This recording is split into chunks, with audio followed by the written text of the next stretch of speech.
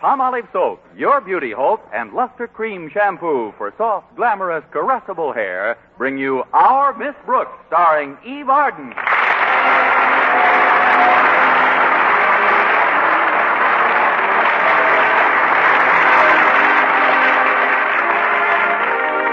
Our Miss Brooks, who teaches English at Madison High School, is as conscientious about her work as any other teacher.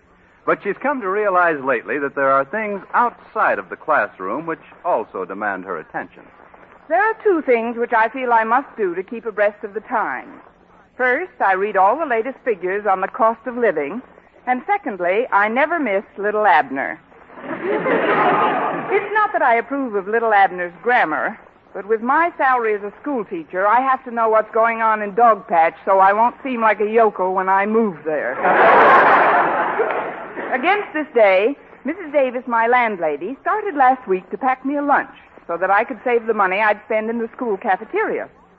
Although she's come up with some pretty weird recipes, the first sandwiches she constructed for me were made out of loganberry jelly and cucumbers. I was still grateful that I didn't have to eat the miserable food they've been serving in the cafeteria lately. Anyway, last Friday when the bell for lunch period rang, I realized I'd forgotten to bring my lunch from home. So I picked up my purse and a fifth of bicarbonate, but before I reached the door of my room, it opened, and our principal, Mr. Osgood Conklin, came in. Good morning, Miss Brooks. On our way to lunch, were we? We? Oh, you mean my purse and me? Yes, sir. We were going to live dangerously again. That's what I dropped in to talk to you about, Miss Brooks. Those kind of remarks about the cafeteria have got to stop. Oh, I realize that the food they serve isn't as good as the Waldorf Astoria or the Ritz Hotel. Or Pete's Pigsty. But you must remember, Miss Brooks, that our cafeteria is operated at a very low margin of profit. Now, I've just had some very disturbing news from Mrs. Dipson, the school dietitian. What happened? Did she eat there?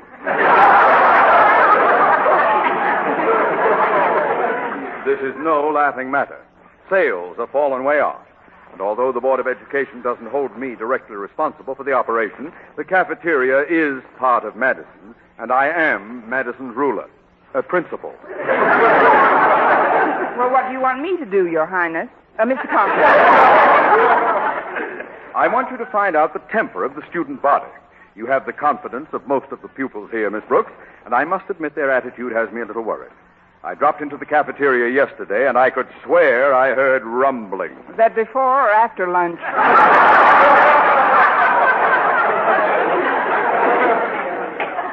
Very amusing, albeit extremely ill-timed. Now then, Miss Brooks, I'm counting on your cooperation. Will you carry the ball for me? Yes, Mr. Conklin, I'll carry the ball, provided I can have someone to run interference. You know, help me out. Someone like who, for instance?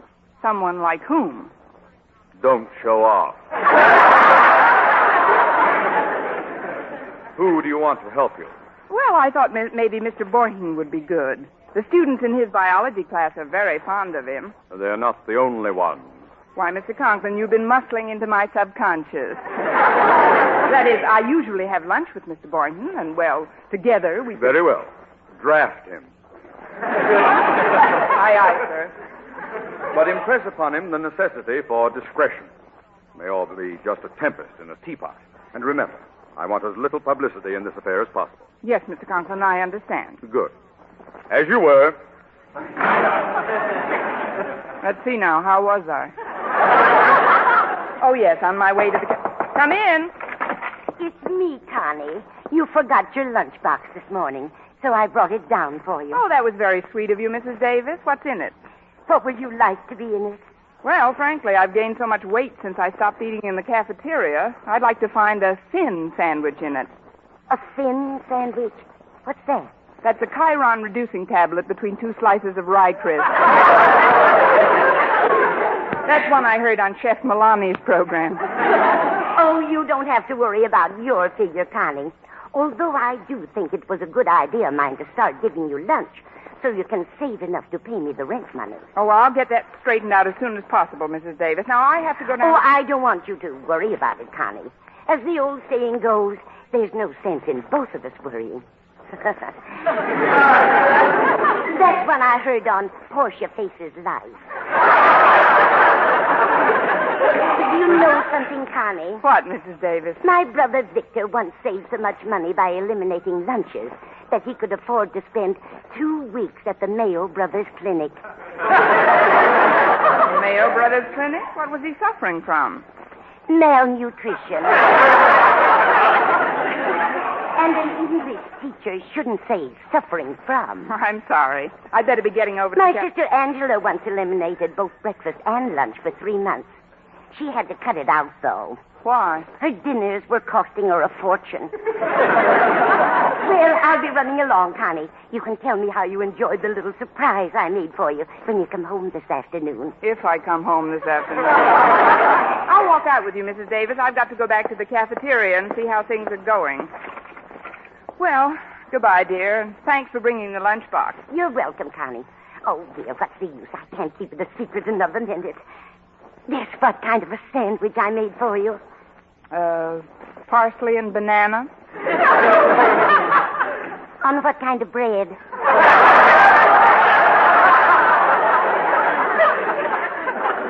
Gluten.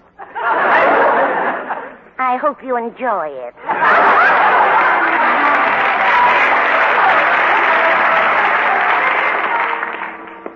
Oh, Miss Brooks. Oh!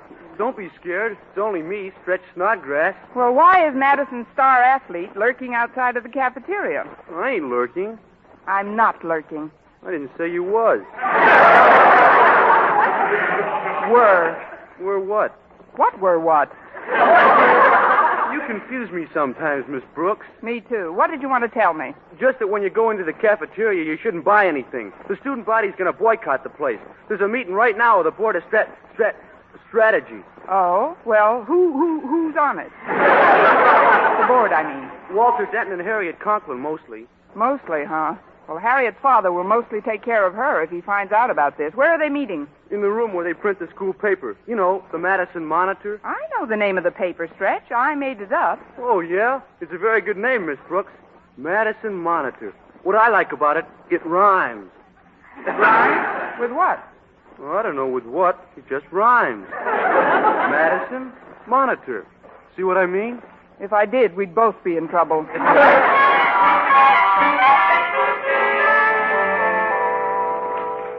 Pardon me, but is this the Office of Strategic Services?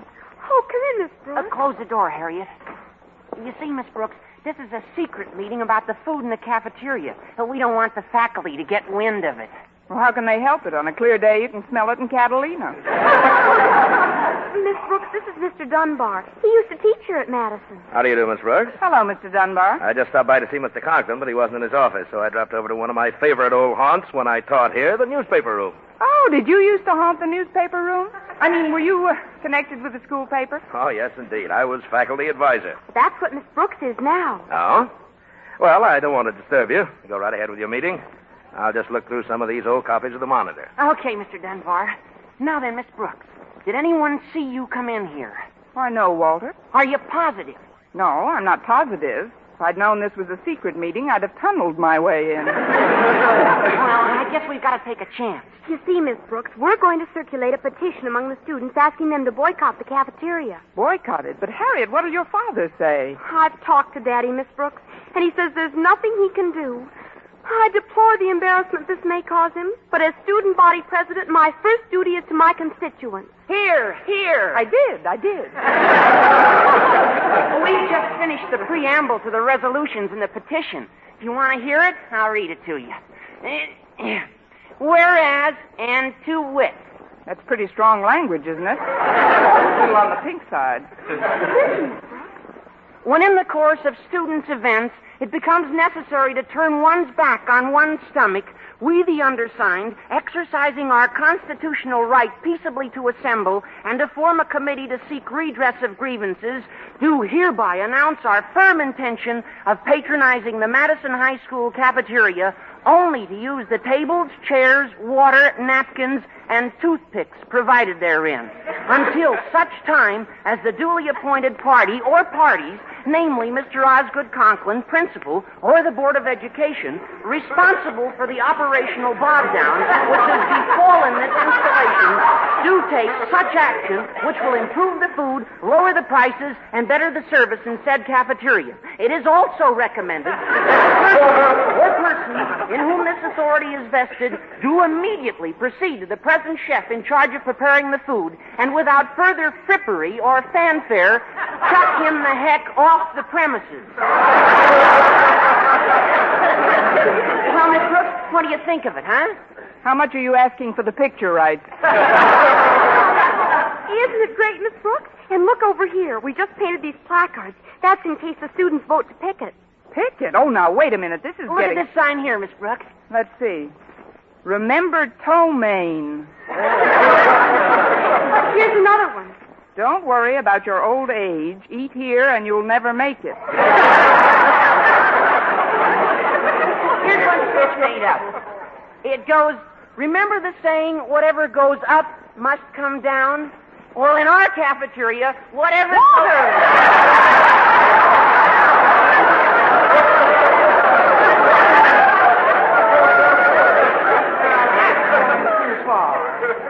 There must be some other way we can get to What you kids are suggesting is practically mutiny. Now, I know the food isn't very good in the cafeteria, but... Just not very good, Miss Brooks? Well, pretty bad, then. Just pretty bad, Miss Brooks? Well, brutal. Hey, he's on our side. Here, Miss Brooks, take this sign. We're making you an honorary picket. But I don't want to be a picket. Don't you see, we've got to avoid all publicity, or Mr. Oh, Conklin... it's too late now. You're in this thing as deep as we are. I'm in this thing as deeply as you are. Well, this has certainly been an interesting little caucus, but I'm afraid I'll have to be running along now. Glad to have met you, Miss Brooks. Oh, thank you, Mr. Dunbar. Goodbye, Mr. Dunbar. So long. Goodbye, kids. Very nice fellow. Yeah, he used to teach English, too. Of course, now he's the editor of the Evening Gazette, one of the biggest papers in the county. He's been investigating conditions in the schools in this area. Oh, well, that's certainly a commendable sort of... investigating conditions. But he just heard me say the food here was brutal. So? So I want you to be sure and watch for my picture in the Gazette. Do you think it'll be on the front page? No, in Little Abner. There's going to be a new school marm in dog patches.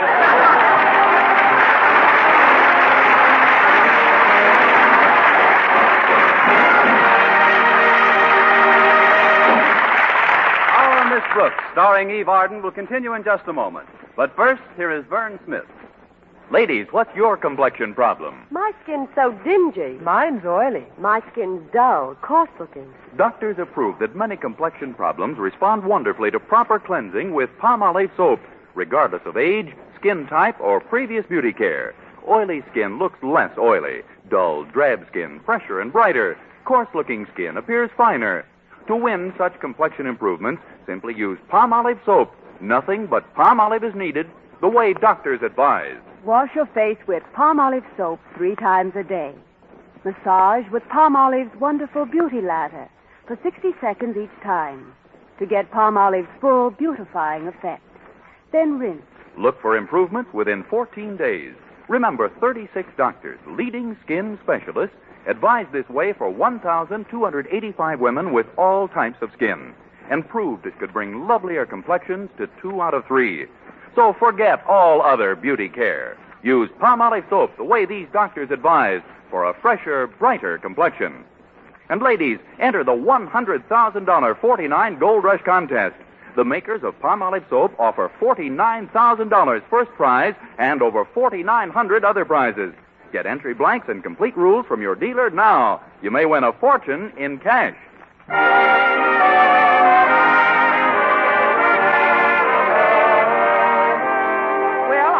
Prevailed upon Walter and Harriet to postpone the cafeteria boycott until I could talk it over with Mr. Boynton and report back to Mr. Conklin. Then I hurried down to the biology laboratory. Come in. Excuse me, Mr. Boynton, but I've got to talk to you about something. Could you come to the cafeteria with me right away? Oh, but I haven't been eating lunch in the cafeteria, Miss Brooks. I bring my lunch. Oh, I do, too. See, I've got my lunchbox with me. But I thought we'd go to the cafeteria for some coffee, and I could tell you I've got a thermos full of coffee, and it's so much cozier than the cafeteria. Won't you have lunch here, Miss Brooks, with me? Well, Mr. Conklin, I tried. I suppose I could tell you what's on my mind after lunch. Oh, good. Sit right down at that table over there. Just push those jars to one side. All right, Mr. Boynton. Ah! What's the matter? One of these jars just smiled at me. Oh, don't be alarmed, Miss Brooks. A friend of mine sent those to me from Africa. They're shrunken heads. Well, if they're here for lunch, they can have mine. I'll just be a minute, Miss Brooks. I'm feeding my pet frog, McDougal. You remember Miss Brooks, Mac? Hi, Mac. I always feed Mac before I eat myself. Just like the cowboy stars do in those Western movies. They always feed their horses first. Well, good for you, partner. Of course, I've never owned a horse, but old Mac here is as close to me as any pet I've ever had. Yes, I know. Why don't we throw a saddle on him and go for a ride after school? Look, Mr. Boynton, maybe I shouldn't wait any longer to tell you what I discussed with Mr. Conklin. Please, Miss Brooks, not while Mac's eating. This is a festive occasion. Let's not talk about anything serious. I heard a brand new joke the other day. Would you like to hear it? I might as well. It's sort of a riddle. It goes, why can't a woman swallow her apron? I don't know, Mr. Boynton. Why can't a woman swallow her apron? Because it goes against her stomach.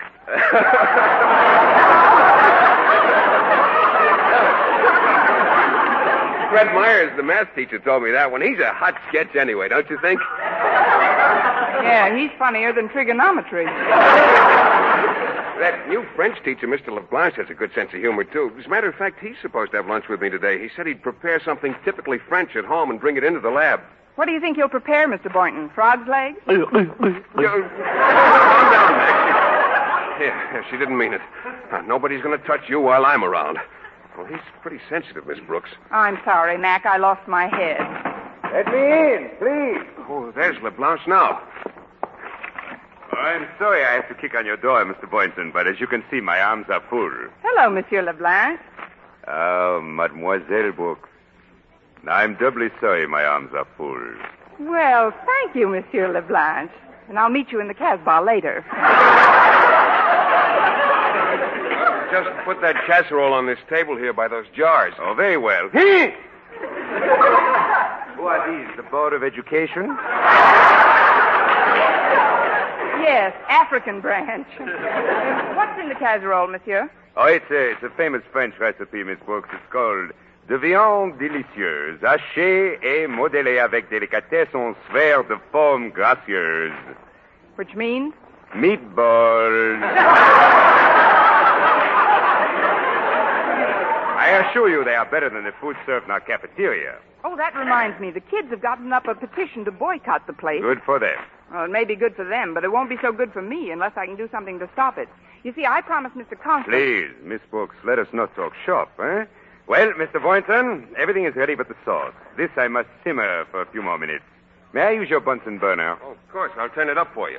I'm not very hungry. Could I just boil a small egg in a test tube? Mademoiselle Brooks, just hold this dish right here. So. Now soon we will have the finest eating in the whole world. And while we're waiting, I tell you a story, yes? Oh, fine. Well, this is a very old story that was handed down from the time of Napoleon Bonaparte and the Empress Eugenie. Please stop me if you've heard it, Miss Brooks. I doubt it. Eugenie and I weren't very chummy. Yes. Well, once upon a time, there was an emissary from the court of England. But he was not an emissary. He was a spy. And he had a message to another spy tucked beneath his belt. A message in code, of course. Go on. Well, when this spy got to Paris, he was apprehended by the Sûreté, the police. And so he took the message from beneath his belt and thought to swallow it. But he could not. Pourquoi? Why? Because it went against his stomach. I don't get it. Oh, wait. You say he had the message tucked underneath? Never mind, Mr. Boynton. He can explain it later. Could I stop holding this dish over the Bunsen burner now? My nails are melting. Oh, but of course. Here, let me smell it. Oh, delicious. Yes, it just needs one thing. Let me see. Mr. Boynton. Yes? Do you think we could persuade Monsieur McDougal to stroll through this sauce? He's only kidding, Mac. Now, take it easy. Yeah, that's the boy.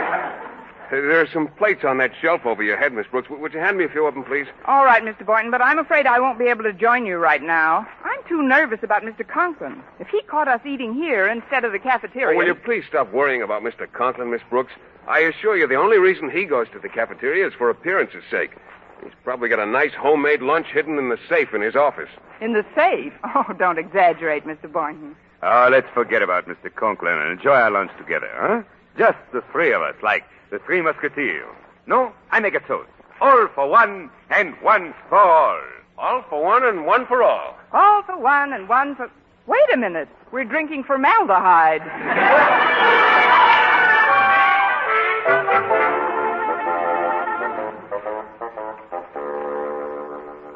3 to the right. 4 to the left. Now 2 more to the right.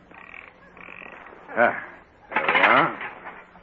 Now for a nice chicken sandwich.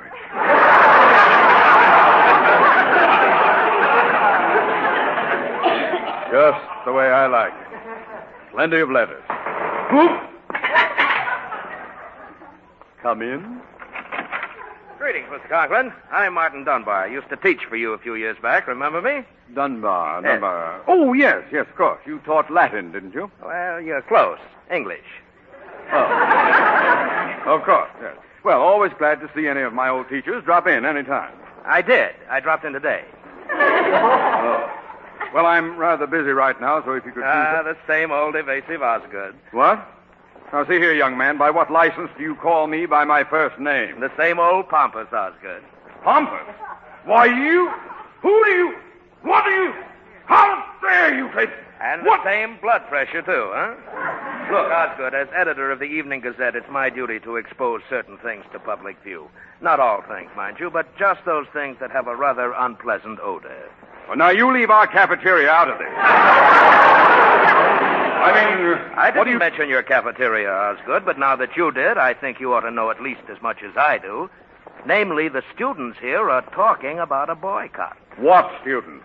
Probably just a handful of irresponsible, scatterbrained, troublemaking old. Uh-huh. One of the pupils who told me about it was named Harriet Conklin. Just the type I had in mind. Nothing but a Harriet Conklin? Yes, that's right, Osgood. Your own daughter. And it isn't just the students that are rebelling, either. I heard one of your teachers refer to the food here as brutal. A teacher said that? Uh-huh. That'll make a nice, juicy headline, too. Faculty member slings mud at cafeteria hash. Now, just a minute, Dunbar. Or Madison English teacher vilifies victuals. Did you say English teacher? I did. Miss Brooks is the name. She's in this thing as deep as any of them. As deeply, editor. I told her to... Look, now there must be some way we can straighten this thing out. I'll tell you what, Dunbar, old boy. Yes, kiddo? Meet me in the cafeteria in 5 minutes. We'll have lunch together. I was on my way down there when you came in. Oh, all right. But, where are you going now? I'm going to find Miss Brooks and make her eat her words. Or worse, I'll make her eat in the cafeteria. I'll see you in a little while, Dunbar. Oh, Mr. Conklin, before you go... Yes? You'd better slam that safe again. Your lettuce is showing.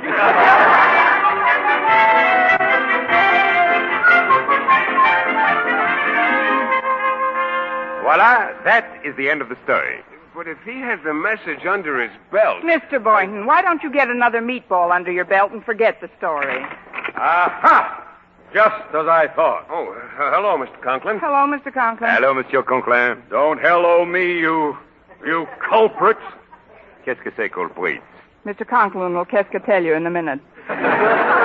Miss Brooks, I entrusted you with a mission.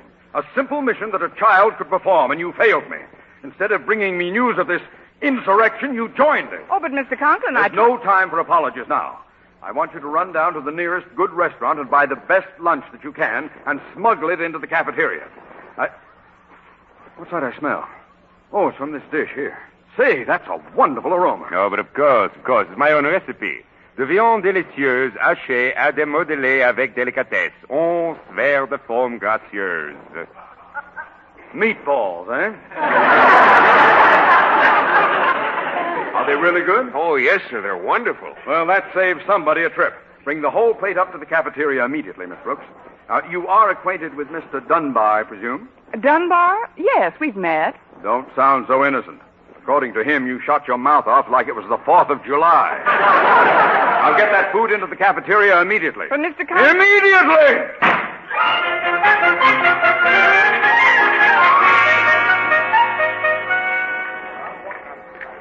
Well, I must say that was the best food I've ever had in or out of a school cafeteria.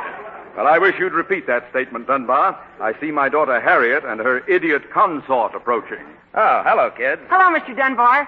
Hello, Mr. Conklin. Why, Mr. Dunbar, you've cleaned your plate. Of course he has. The food was wonderful, wasn't it, Mr. Dunbar? It certainly was. Oh, that means we can call off the boycott. Well, what did you do, Daddy? Fire the chef? Better than that, my dear. Look, behind the steam table. An order of meatballs, please. 1 meatball coming up.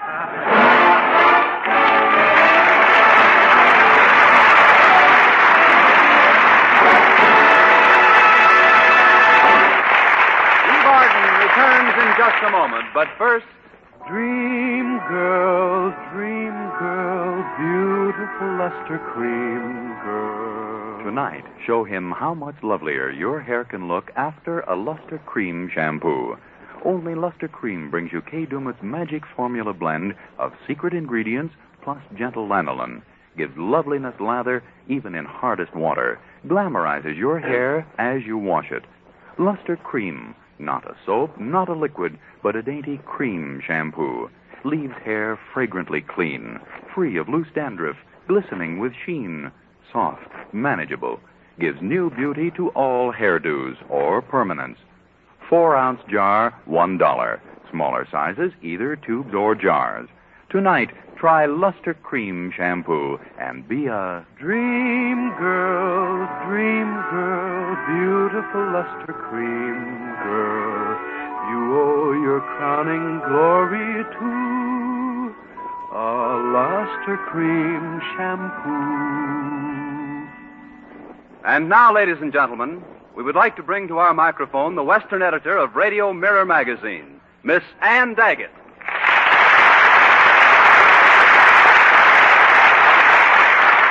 Thank you, Mr. Lamont. And as you know, the current issue of Radio Mirror magazine is now announcing the results of its annual awards based on a poll of radio listeners all over the country. It is my pleasant duty to present this scroll on behalf of those listeners who have elected as radio's top-ranking comedian, Miss Eve Arden.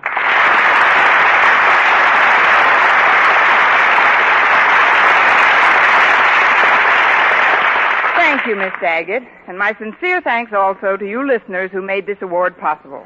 I'd like to say at this time that I'm certainly going to try in the coming months to merit the honor you've bestowed upon me, because I understand that if I win this scroll 2 years in a row, I get to keep Mr. Boynton. Thank you again, and good night. Next week, tune into another Our Miss Brooks show brought to you by Palmolive Soap, your beauty hope, and Luster Cream Shampoo for soft, glamorous, caressable hair. Our Miss Brooks, starring Eve Arden, is produced by Larry Burns, written and directed by Al Lewis, with music by Wilbur Hatch. Mr. Boynton is played by Jeff Chandler, Mr. Conklin by Gail Gordon. Others in tonight's cast were Jane Morgan, Dick Crenna, Gloria McMillan, Leonard Smith, Gerald Moore, and Bill Conrad.